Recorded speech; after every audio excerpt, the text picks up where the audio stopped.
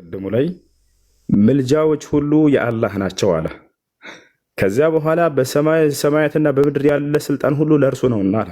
ምንድን ነው የሚገልጸው? የምልጃው ባለቤቱ እርሱ መሆኑን የሚገልጽ ነው። የምልጃ ባለቤቱ እርሱ መሆኑን የሚገልጽ ነው። ምልጃን ተቀባይ የሆነ አምላክ ነው እርሱ። ገብቶሃል አይደል? ከእርሱ ዘንድ አማላጅ የላቸውም ሲል በሌላ ቦታ ላይ አማላጅ ነው። እሺ አዳምጥ፣ እሺ ረጋ በልሽ። ምልጃዎች ሁሉ መላው ምልጃ ሁሉ የእርሱ ብቻ ነው የሚለው ቆይ ላሳይህ አንዴ። ባለቤትነትን የሚገልጽ ሆነ እዚያ ላይ ትረዳለህ። ሌሎች ከእርሱ ዘንድ የሚያማልዱ ናቸው፣ መላእክቶች፣ ነቢያቶች እንደሆኑ የሚያማልዱት ቀጣይ ደግሞ አሳያለሁ። ያው እና ቁጥር 44 እዚህ ላይ ምን አለ? ያው ምልጃ መላውም የአላህ ብቻ ነው አለ። ያው ባለቤትነትን እንደሚገልጽልህ ቀጣዩ ምን ይላል መሰለህ? የሰማያትና የምድር ስልጣን የእርሱ ብቻ ነው አለ። የሰማይና የምድር ባለቤቱ እርሱ ነው። ስለዚህ ምልጃው መላው ሁሉ የእርሱ ነው። ባለቤትነትን የሚገልጽ ነው። ሌሎች ናቸው ከእርሱ ዘንድ የሚያማልዱት መላእክቶች እንደሆኑ ደግሞ ላሳየ፣ እንዲሁም ደግሞ ነቢያቶች ማን ከእርሱ ዘንድ እንደሚያማልድ ቃል በቃል እያሳየው እንድንሄድ። እርሱ የምልጃን ያማልዳሉ ፍጥረታት። ተረጋጋ። ምንም ማድረግ አይቻልም እባክህን፣ በቃ ምንም ማድረግ አይቻልም። ታችሁን አዳምጥ።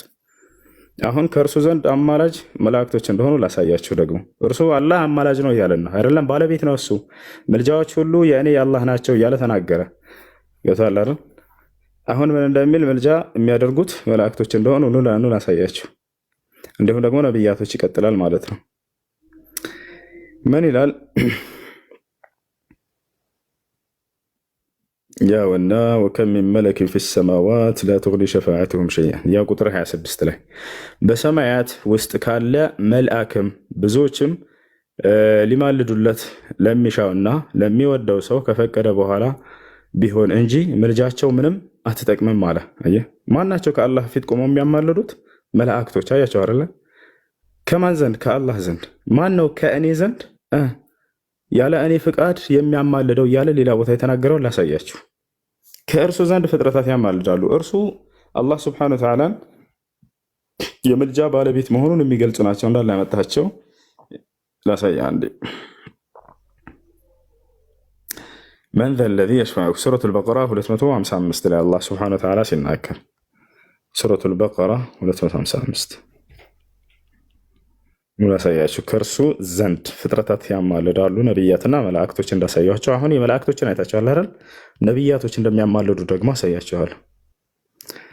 እርሱ የምልጃ ተቀባይና ባለቤት ነው። 255 አያችኋል። ሁለት አንቀጻጣና ሌላውን አትግለጥብኝ፣ ወደ ሌላ አትድ እያለ ነው።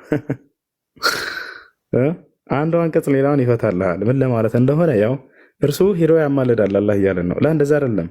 እርሱ የምልጃዎች ሁሉ የኔ ናቸው እያለ ነው። ማን ነው ከእርሱ ዘንድ የሚያማልደው? ያው ቅድም መላእክቶችን አይታቸዋል። አሁን ደግሞ እንደው አጠቃላይ ማንም ከእኔ ዘንድ ሊያማልድ አይችልም ያለ እኔ ፍቃድ ሊል ነው። ተመልከቱ ምን ይላል? ረጅም ስለሆነ አላህ ከእርሱ በቀር ሌላ አምላክ የለም፣ ሕያው ራሱን ቻይ ነው፣ ማንገላጀትም እንቅልፍም አትይዘውም። በሰማያት ውስጥና በምድር ውስጥ ያለው ሁሉ የእርሱ ብቻ ነው። ያ ከእርሱ ዘንድ በፈቃዱ ቢሆን እንጂ የሚያማልድ ማን ነው አለ። አያችሁ፣ ከእርሱ ዘንድ ፍጥረታት ያማልዳሉ እንጂ እርሱ አያማልድም አላህ። ያ ታዲያ ምን ለማለት ነው ከተባለ ባለቤትነቱን ለመግለጽ ነው። ለዚያም ነው ምን አለ? ቁል ሊላሂ ሸፋዓቱ ጀሚዓ አለ። ምልጃዎች ሁሉ የእኔ የአላህ ብቻ ናቸው አለ። የአላህ ናቸው ማለት የእርሱን ባለቤትነት የሚገልጽ ነው። በሰማይ በምድር ያለው ስልጣን ሁሉ የእኔ ነው ብሎ ገለጸው። ቀጥሎ ባለቤትነትን የሚገልጽ መሆኑን እዚያው አውዱ ላይ ሲናገር ማለት ነው። ሌላ አሁን መላእክቶች እንደሚያማልዱ አየን አይደለ? ቀጣይ ደግሞ ማን ነው የሚያማልደው? ነቢዩ ሰለላሁ ዐለይሂ ወሰለም እንደሚያማልዱ ደግሞ ነው ላሳያችሁ። ለዚያውም የመጀመሪያው አማላጅ እኔ ነኝ ብለው የተናገሩበትን ቃል በቃል ነው ማሳያችሁ። እሺ፣ ተኽሪጅ ሐዲስ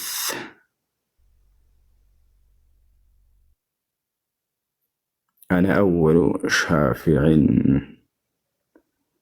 ሙሸፋዕ። እሺ፣ ሻሃዳ ሲይዘኝ የምትለው ልጅ ኮሜንት ላይ ያስገባት። ያው እና ተመልከቱ፣ እዚህ ጋር ወደ አማርኛ ልቀይርላችሁ። ነቢዩ ሰለላሁ ዐለይሂ ወሰለም የመጀመሪያው አማላጅ እኔ ነኝ ብለው የተናገሩበት፣ እኔ የአዳም ልጆች አለቃ ነኝ አሉ። ይህንንም ያለ ጉራ እላለሁ፣ እኔ በትንሣኤ ቀን ምድር የምትሰነጠቅበት የመጀመሪያው እኔ ነኝ። ያ ማለት የመጀመሪያው ምድር ተከፍታለት የምወጣው የመጀመሪያው ትንሣኤ እኔ ነኝ እያሉ ነው። ቀጥለው ምን አሉ? ይህንንም ያለ ጉራ እላለሁ።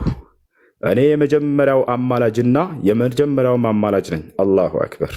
የመጀመሪያው አማላጅ እኔ ነኝ አሉ። ከመላእክትም በፊት ቀድመው የሚያማልዱት ነቢዩ ሰለላሁ ዐለይሂ ወሰለም ናቸው። ያው እኔ አማላጅ ነኝ ብቻ አይደለም የመጀመሪያው አማላጅ ነኝ። እኔ ትንሣኤ ነኝ ብቻ አይደለም የመጀመሪያው ትንሣኤ እኔ ነኝ ብለዋል። አያችሁ፣ የምስጋና ባንዲራ በትንሣኤ ቀን በእጄ ይሆናል። ይህንንም ያለ ጉራ እላለሁ። ምንድነው የምስጋና ባንዲራ ጀማ? ነገ የትንሣኤ ቀን ከፍጥረት ሁሉ በላጮቹ አመስጋኞቹ ናቸው አሉና ነቢ ሰለላሁ ዐለይሂ ወሰለም አፍደል ዒባዲላህ የውመል ቂያማ አልሐማዱን አሉ። የትንሣኤ ቀን ከፍጥረት ሁሉ በላጮቹ በምድር ላይ ከማንም በላይ ፈጣሪያቸውን አላህን ያመሰግኑ ናቸው ካሉ በኋላ የምስጋና ባንዲራን በእጄ ነች አሉ። ከማንም በላይ አምላኩን ያመሰገነ በምድር ላይ ተብሎ እርሳቸው ናቸው ቀድመው የሚታዩት። የመጀመሪያው አማላጅም እኔ ነኝ አሉ። ስለዚህ በአጭሩ ምንድን ነው ምልጃ ብሎ ማለት? በአምላክና በኃጢአተኛ ሰው መካከል ሆኖ የማስታረቅን ስራ መስራት ማለት ነው። ያ ስራው መልጃ ይባላል። አማላጁ ማን ነው? ነቢያቶች ናቸው። ተማላጁ ማን ነው? ኃጢአተኛው ሰው ነው። ምልጃን ተቀባዩ ማን ነው? አምላክ አላህ ሱብሓነሁ ወተዓላ ነው። ያ በመካከል የሚሰራው ስራ በነቢያትና በመላእክ ስራው ምን ይባላል? ምልጃ ተብሎ ይጠራል። ይገብታችኋል አይደል? ይህ ነው። ስለዚህ የሆነ አንቀጽ ያዝ አድርገህ ያንን መሮጥ አይደለም። ስለዚያ ስለ ምልጃ የተነገረውን ሙሉ አንብብ አለብህ። ገብታችኋል አይደል? ቁርአን እንደዚህ ነው የምትረዱት። ለዚህ ነው መጽሐፍ ቅዱስ የሆነ ጥቅስ እኔና አብ አንድ ነን ስላለ እችን ያዝ አድርጉና አምላክ ነው ይላሉ። እኔና አብ አንድ ነን ያለው ለምንድን ነው? አውዱን ለምን አታዩትም?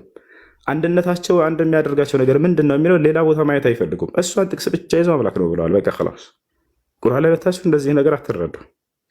ቁርአን ላይ አልቁርአን ይፈሰር بالقرآن عندنا قواعد التفسير ያን በተከተሉ የተፍሲር ህግጋትን በተከተሉ ወላሂ ኢየሱስ ክርስቶስ አምላክ ባላደረጋችሁት ነበረ።